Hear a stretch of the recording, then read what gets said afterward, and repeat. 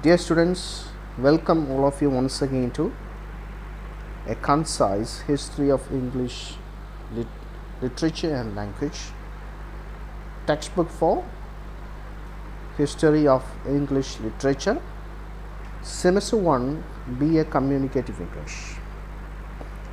In this series videos, you are watching and listening to various modules and parts of the syllabus and the textbook, a concise history of English literature and language.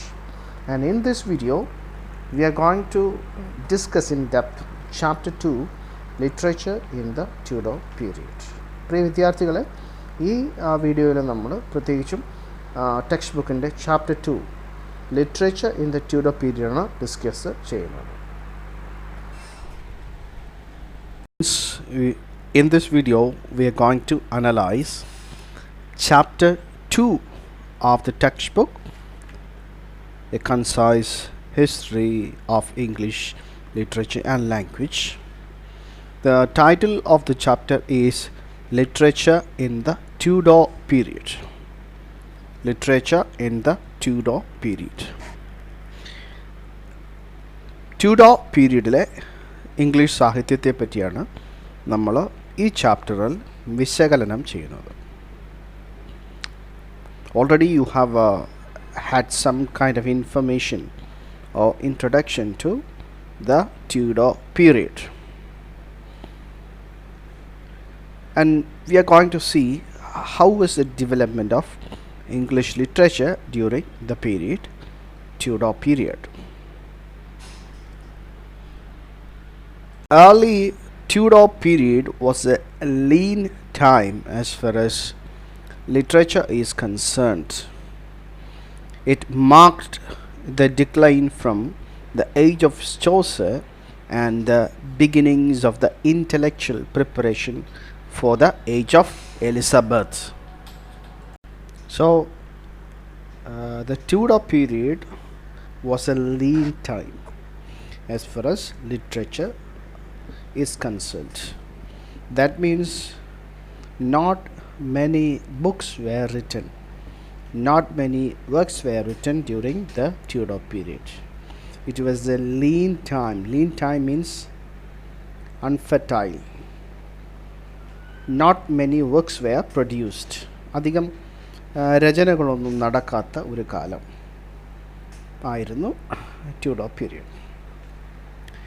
It marked the decline from the age of Chaucer and the beginning of intellectual preparation for the age of Elizabeth. You can consider that period sandwiched between age of Chaucer and the age of Elizabeth. Age of Chaucerനും അതുപോലെ age of Elizabethan പീരീഡിനും ഇടയ്ക്ക് വരുന്ന ഒരു കാലമായിരുന്നു. You know that the age of Chaucer was a very productive period for English literature, and also the age of Elizabeth, it was also a very fertile time for English literature. For over a century after Chaucer, no great English works were published. So we know that even after the death of Chaucer, for 100 years, no serious or not well-known works were written during the period, published during the period. There were several reasons for the decline in literary standards. അത്തരത്തിലുള്ള ഒരു സമയത്തിന് ഒരു പ്രത്യേക കാരണം കൂടെ ഉണ്ടായിരുന്നു. എന്തായിരുന്നു അത്?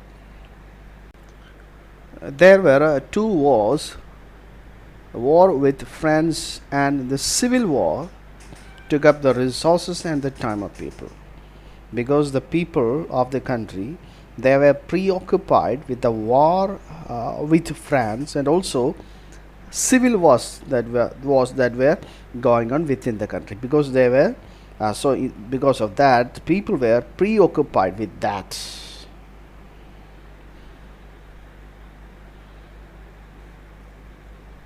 The wars also devastated many noble families that had patronized literature. Moreover, The eager study of the Greco-Roman classics checked the creation of native language.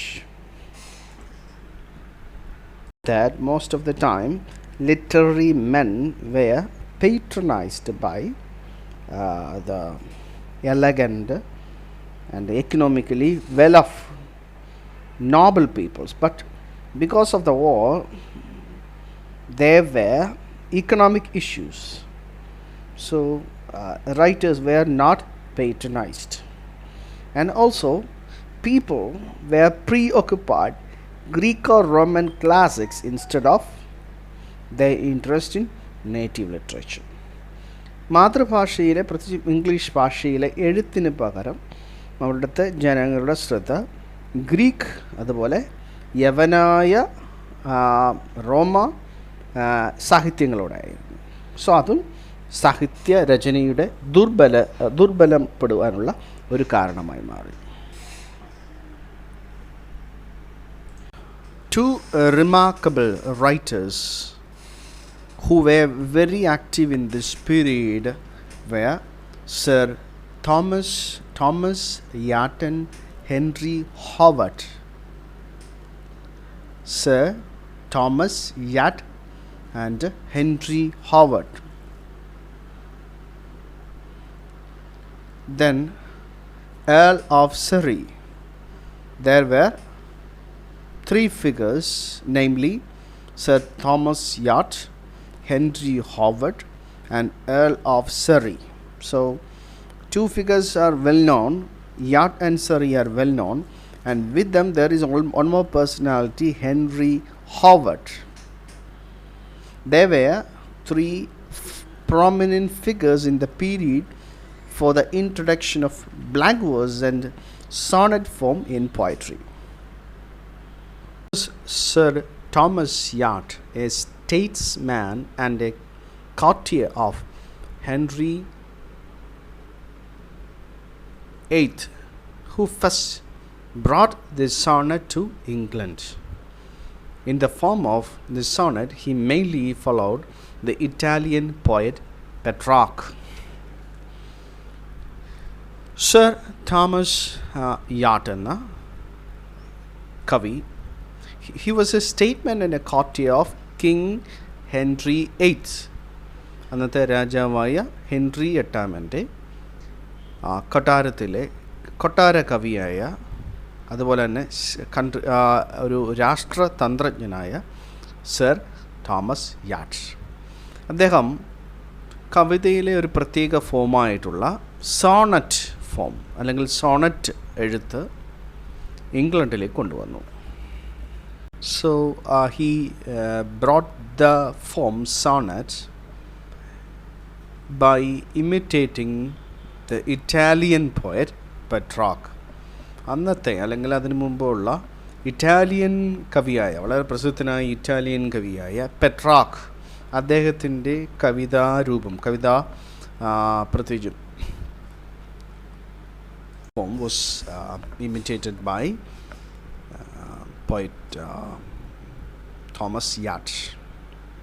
So don't forget the particular name Thomas Yacht and also the Italian poet Petrarch. And then Surrey, Earl of Surrey.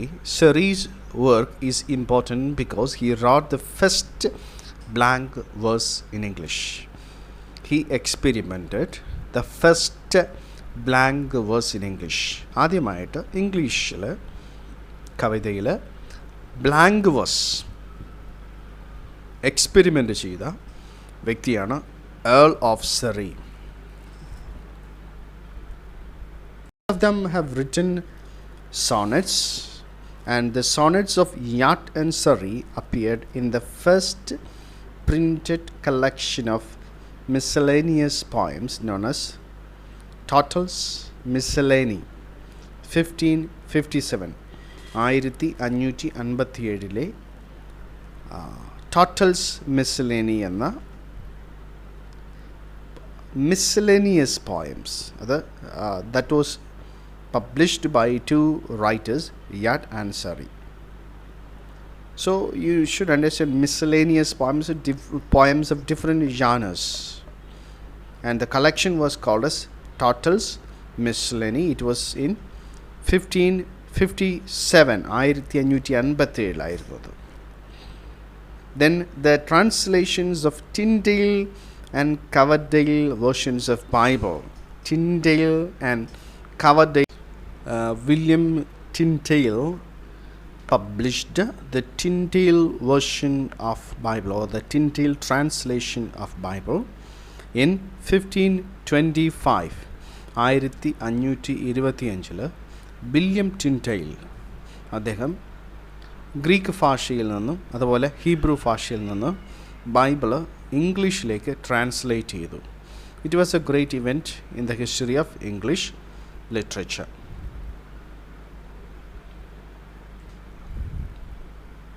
And like that, there was another version, Miles Coverdale Bible, Coverdale version of Bible. It was published in 1535. In October 4, 1535. It was the first complete English Bible. And the Bible was translated from Luther's German and Jerome's Latin.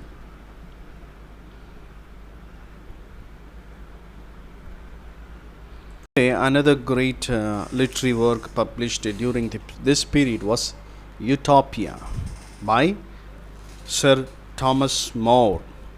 Sir Thomas More published Utopia. So the meaning of Utopia is something exists in an imaginary world. It was a biography of Sir Thomas More. Meaning of Utopia. Utopia comes from two Greek words. U means not. Topos means place. The place that exists nowhere in the universe. No place in the land, or an imaginary place.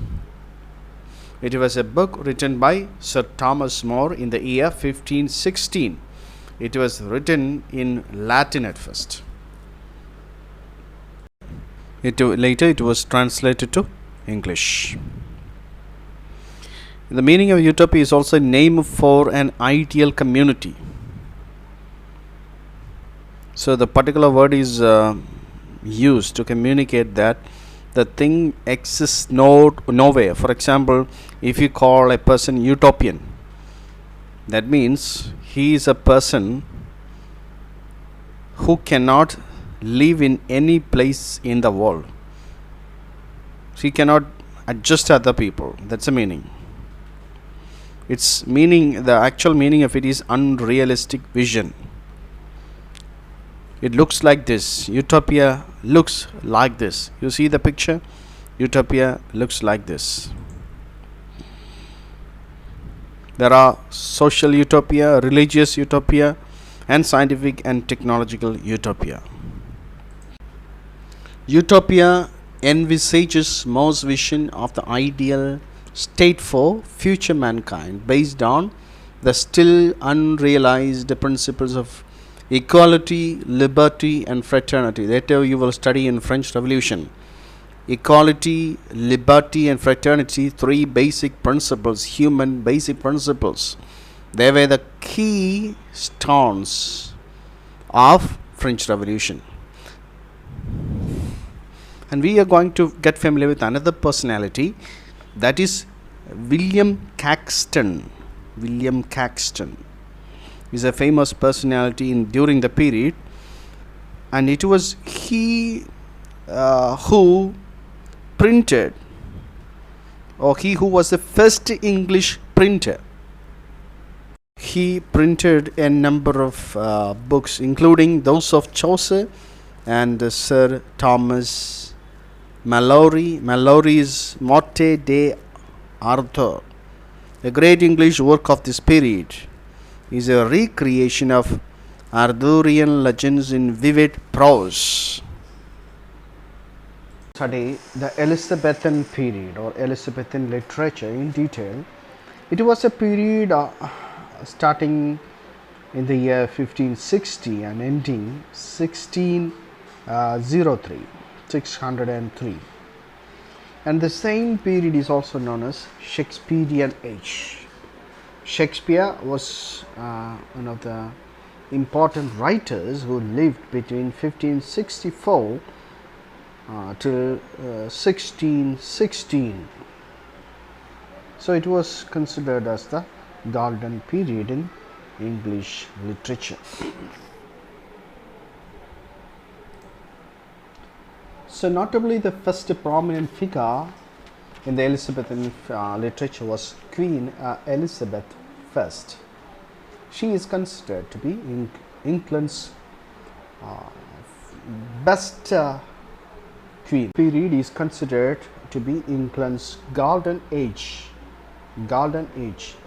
England's സുവർണകാലം എന്നാണ് Elizabethan period അറിയപ്പെടുന്നത്. And Queen Elizabeth, she ruled for 44 years. She never married. She is nicknamed as a Virgin Queen. Virgin Queen.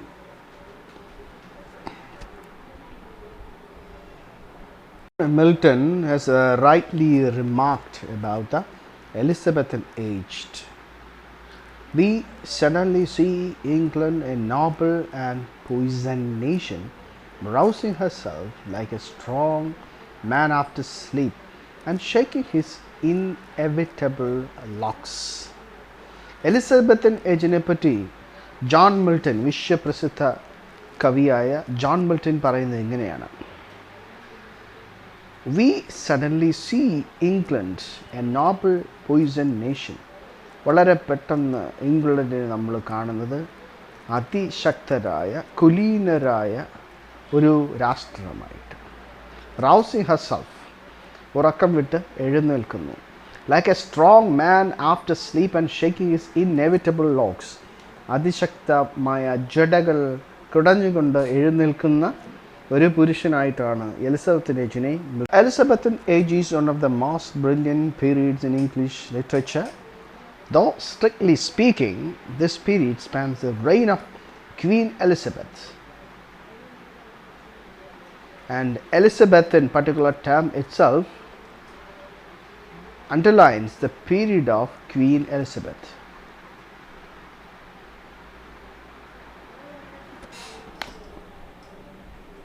To see Elizabethan poetry. Elizabethan പീരീഡിലെ കവിതകൾ എങ്ങനെയുള്ളതായിരുന്നു എന്നാണ് നമ്മൾ ആദ്യമായി നോക്കുന്നത്. Elizabethan sang in a variety of forms such as Madrigal, the pastoral and the sonnet. So പല തരത്തിലുള്ള there are different forms of poetry existed during Elizabethan age, that were Madrigal, the pastoral, the sonnet. So what is the madrigal? The madrigal is a complex musical form in which several voices sing without accompaniment. Accompaniment means musical accompaniment. സംഗീത ഉപകരണങ്ങളില്ലാതെ, വാദ്യ ഉപകരണങ്ങളില്ലാതെ ഒന്നിൽ കൂടുതൽ ആൾക്കാർ പാടുന്ന സംഗീത ഫോമാണ്. One is pastoral. Pastoral is a poem in which shepherds and shepherdesses spend their time singing, dancing, lovemaking in a carefree rural setting. Pastoral kavidagal. So pastoral, it is related to the shepherds and their lives. It's a poem in which shepherds and shepherdesses, ഇടയന്മാരും ആട്ടിടയത്തികളും അവരുടെ സമയം പാട്ടുപാടിയും നൃത്തമാടിയും ഒക്കെ ചിലവഴിക്കുന്ന, ഉല്ലസിക്കുന്ന, ഗ്രാമപ്രദേശങ്ങളിൽ ചിലവഴിക്കുന്ന ആ ഒരു സമയം, ആ സംഗീതമാണ് pastoral. The third one is the sonnet form. It was the most popular form during Elizabethan period. മൂന്ന് തരത്തിലുള്ള, മൂന്ന് ഫോമുകളിലുള്ള കവിതകൾ. ഒന്ന് Madrigal, is a complex musical form. Second one, the pastoral poetry. So that celebrates the lives of shepherds and shepherdesses. And the final was sonnet form, which was very much popular during the Elizabethan period. We are going to see the sonnet form in detail, which was the celebrated form in Elizabethan period. So sonnet, a lyric poem. Sonnet is a lyric poem consisting of a single stanza of 14 iambic pentameter lines by an intricate rhyme scheme.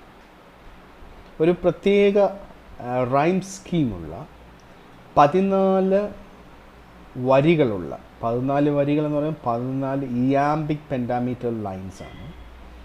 ഒരൊറ്റ സ്റ്റാൻസയുള്ള കവിതാ ഫോമിനാണ് നമ്മൾ സാധാരണ sonnet എന്ന് പറയുന്നത്. So first you need to understand what is iambic pentameter. And iambic foot is an unstressed syllable followed by a stressed syllable.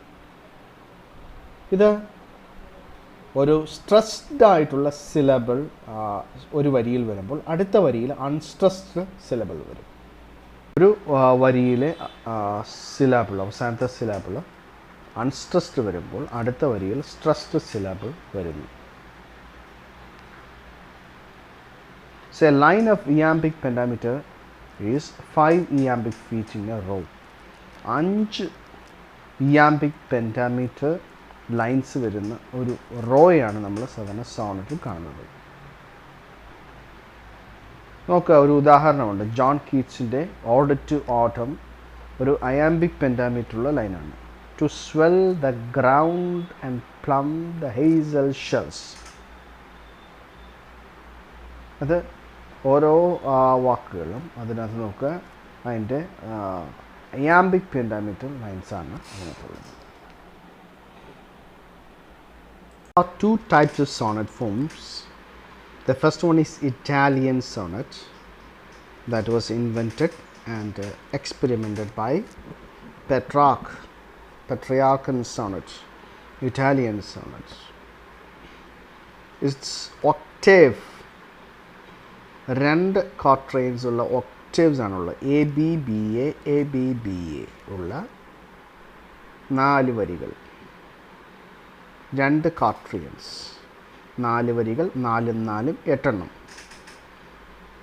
A B B A A B B A 4 വരികളുടെ ഒരു pair, 4 4 8 എണ്ണം. It expresses the first half of an idea or poses a question. അതിനുശേഷം ഒരു സെസ്റ്റസ്റ്റ് 2 ടെസറ്റ്സ് ആണുള്ളത്. CDE CDE 4 4 4 8 എണ്ണം 4 4 8 എണ്ണം. അതിൻ്റെ rhyming ഇങ്ങനെ ആയിരിക്കും ABBA ABBA. അതിനുശേഷം 3 വരികളുള്ള 2 എണ്ണം CDE 3 വരികൾ, പിന്നെയും CDE 3 3 6. അപ്പം 8 6 വരികൾ ചേർന്ന്. Okay, it develops an idea. Sestet എന്ന ഭാഗം it develops the idea expressed in the octave or gives answer to the question. ആദ്യത്തെ octave എന്ന് വെച്ചാൽ 8 വരികൾ, 8 വരിയിലെ ആശയം ഒന്നും കൂടെ വികസിപ്പിക്കുന്നു. അപ്പോൾ ഈ 2 ഭാഗങ്ങൾക്കുമിടയിൽ ഒക്ടേവിനും സെസ്റ്റസ് അതിനിടയ്ക്കുള്ള വോൾട്ട എന്നൊരു ഭാഗമുണ്ട്. It's a pause between the octave and the sestet. ഒക്ടേവിനും സെസ്റ്ററ്റിനും ഇടയിലുള്ള ഒരു പോസാണ് നമ്മൾ വിളിക്കുന്നത് വോൾട്ട എന്ന് വിളിക്കുന്നത്. സോണറ്റ് വാസ് ഷേക്സ്പീരിയൻ സോണറ്റ്, അഥവാ നമ്മൾ വിളിക്കുന്നത് ദ ഇംഗ്ലീഷ് സോണറ്റ് എന്നാണ്. So obviously it was introduced by Shakespeare. There are 3 quatrains in Shakespearean sonnet. നോക്കുക, നേരത്തെ 4 8 വരികളുള്ള ഒക്ടേവ് പെട്രിയാർക്കൻ സോണറ്റ് ഉണ്ടെങ്കിൽ ഇതിനകത്ത് 3 quatrains ആണുള്ളത്. 4 വരികൾ വീതമുള്ള 3 ഭാഗങ്ങൾ ABAB CD CD EF EF. അവസാനം ഒരു കപ്ലറ്റ് ഉണ്ട്, കപ്ലറ്റ് GG. സോ ABAB 4 വരികൾ, വീണ്ടും 4 വരികൾ CD CD, ഇപ്പോൾ 8 വരികളായി. വീണ്ടും EF EF 12, പിന്നെ 2 വരികൾ GG. It was introduced by Shakespeare.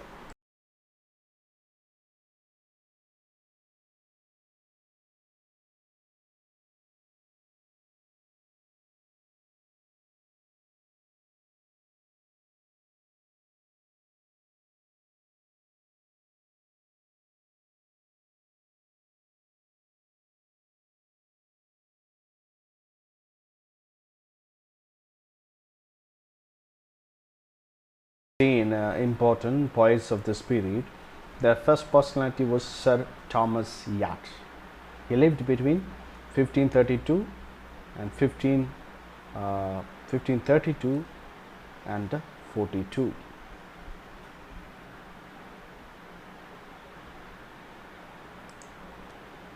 Yatt, this was one of his famous work, and Yatt's innovations. He wrote the first sonnet in English that was adapted by the writing style of Petrarch. Then we see the famous personality, Earl of Surrey. So what was Surrey's innovation? He translated Aeneid, Latin Aeneid, to English in blank verse. He wrote 15 sonnets, and of which 10 are English sonnets, and another famous poet during the period was Sir Philip Sidney, and Sidney wrote a defense of poesy. Defense of poesy. Sidney wrote Astrophel and Stella in 1581. It contained 108 sonnets and 11 songs. The work is based on an autobiographical situation. He wrote 6 sonnets in Alexandrian form, 12 syllables, line adapted from French. And it was he used to do or used to give epigrammatic conclusion in the last line of the poem. Personality was Edmund Spencer, and he had his contribution. He was a Puritan, he was patriotic, and he wrote the Shepherd's Calendar, then Amorati, Prothalamion, Epithalamion, and the Fairy Queen. These were his famous works. Once again, he wrote the epic poem The Shepherd's Calendar, then Amorati, Prothalamion, and Epithalamion, then the Fairy Queen. Different Elizabethan poets, we are going to see Sir Philip Sidney at first. So the period in which he lived was 1554 to 86. He was successful in more than one literary genre. Philip Sidney is the most notable figure before Spencer and Shakespeare. All his works were published posthumously. Sidney's finest achievement in poetry was his sequence of 108 love sonnets, Astrophel and Stella, published in 1591. He also has to his credit the pastoral romances. He wrote his pastoral romance Arcadia in 1598. His critical treatise Apology for Poetry is Sidney's defense of poetry and a fitting reply to Stephen Garson's School of Abuse, an abusive Puritan pamphlet against poetry. Sir Philip Sidney, he tried in more than one literary genre. genre and was successful in it. He is the most notable figure before Spencer and Shakespeare. ഷേക്സ്പിയറിനും സ്പെൻസറിനും മുമ്പുള്ള വളരെ പ്രാധാന്യ സ്ഥാനമുള്ള ഒരു കവിയാണ് അദ്ദേഹം. All his works were published posthumously. മരണത്തിന് ശേഷമാണ് തൻ്റെ വർക്കുകളെല്ലാം publish ചെയ്തിരിക്കുന്നത്. He is also considered as an ideal Englishman. His finest poem was his sequence of 108 love sonnets. 108 love sonnets അദ്ദേഹം എഴുതിയിട്ടുണ്ട്. Then Astrophill and Stella in 1591. Pastoral romances അതും അദ്ദേഹം എഴുതിയിട്ടുണ്ട്. പ്രത്യേകിച്ചും അർക്കാഡിയ വളരെ പ്രസിദ്ധമാണ്. His critical treatise Apology for Poetry in 1595. He wrote it as a defense of poetry.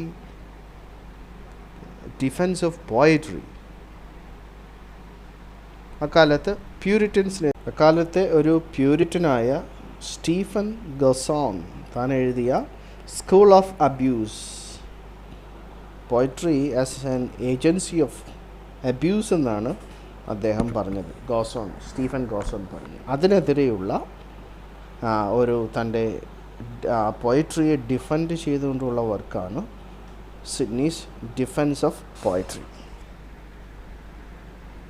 Important personality is William Shakespeare himself. He lived between 1564 to 1616. The greatest of the Elizabethan poets, William Shakespeare is more popularly known as a dramatist. He is also a dramatist, not only a poet but also a dramatist. He has to his credit the two poems Venus and Adonis and The Rape of Lucrece. രണ്ട് കവിതകൾ, പ്രത്യേകിച്ചും Venus and അഡാനിസ്, അതുപോലെ the rape of ലുക്രീസ്, ഇത് രണ്ടും വളരെ പ്രസിദ്ധമായിട്ടുള്ള രണ്ട് കവിതകൾ കൂടെയാണ്. As well as a sonnet sequence of 154 sonnets noted for their originality and spontaneity. അതുപോലെ അദ്ദേഹം എഴുതിയ 154 സോണറ്റുകൾ, അവ വളരെ പ്രസിദ്ധമായിട്ടുള്ള വർക്കുകളാണ്. അദ്ദേഹത്തിൻ്റെ സോണറ്റിൻ്റെ പ്രത്യേകത അതിൻ്റെ ഒറിജിനാലിറ്റിയും അതുപോലെ അതിൻ്റെ സ്പോണ്ടേനിറ്റിയുമാണ്. All the same, Shakespeare's best poetry is to be found in his plays.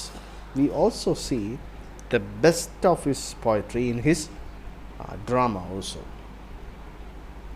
He was born in Stratford and then went to grammar school where he learns more Latin and less Greek. അദ്ദേഹത്തിൻ്റെ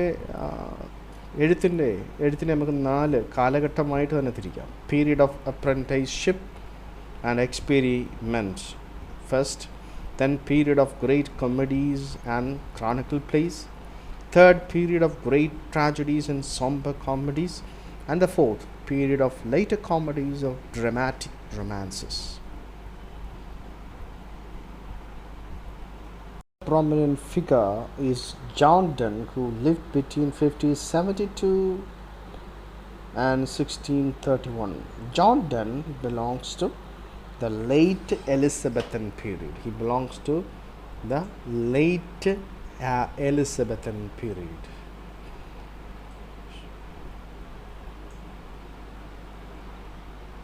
He was a poet, priest and lawyer. He studied in Oxford University. He wrote satires, love poetry, elegy and sermons. And the subject of his poetry was love, sexuality, religion, death, and he is connected with metaphysical poetry. So Dunn's poetic career was prolific. He wrote spontaneously. He dealt with a wider variety of themes ranging from erotic to the spiritual. In his songs, sonnets, elegies and divine poems, Dunn set the standard for metaphysical poetry with his experiments in form and subject matter. The particularly far-fetched imagery is comparison of flowers to legs of a compass in his poems gives them a flavor entirely their own. Dunn also tried his hand successfully in prose, of which the sermons are his finest works. Since most of his works were published posthumously, Dunn is considered the leading poet of the metaphysical school of poetry. So, John Dunn ശരിക്കും Elizabethan ഏജിൻ്റെ അവസാനം അതുപോലെ ജാക്കബിൻ പീരീഡിൽ വരുന്ന ഒരു കവിയാണ്. അദ്ദേഹത്തിൻ്റെ കവിത എഴുത്ത് വളരെ സ്പോണ്ടേനിയസ് ആയിട്ടുള്ള പ്രൊലിഫിക് ആയിട്ടുള്ള ഒരു writing career. Most variety of themes are celebrated in his writing and he experimented with all forms and subject matters. പ്രത്യേകിച്ചും തൻ്റെ മെറ്റാഫിസിക്കൽ പോയട്രിയിൽ താൻ ഉപയോഗിക്കുന്ന ഇമേജറി, ഫാർ ഫെച്ച്ഡ് ഇമേജറി, മറ്റ് എല്ലാവരിൽ നിന്നും വ്യത്യസ്തമായി അദ്ദേഹം ഉപയോഗിക്കുന്ന images, use of far fetch imagery. Particularly in his celebrated poem Canonization, he compares lovers to the കവിതകൾക്ക് അതിൻ്റെ തനതായ ഒരു ആസ്വാദന ശൈലി തന്നെയുണ്ട്. So he also tried his hand successfully in other writing like prose writing. Particularly he was an excellent sermon writer. He wrote excellent sermons. അദ്ദേഹത്തിൻ്റെ എഴുത്തുകളൊക്കെ തൻ്റെ മരണശേഷമാണ് publish ചെയ്തിരിക്കുന്നത്. പ്രത്യേകിച്ചും അദ്ദേഹത്തെ അറിയപ്പെടുന്നത് the leading poet of the metaphysical school of poetry എന്നാണ്. Metaphysical school of പോയട്രിയിലെ ഏറ്റവും പ്രസിദ്ധനാണ് John Donne. In this video we were listening to literature in the Tudor period, particularly works written during the period, then moving to the Elizabethan period and Elizabethan poetry. So thank you for everybody watching this video, and we'll come with the another part of this chapter. Until then, goodbye to all.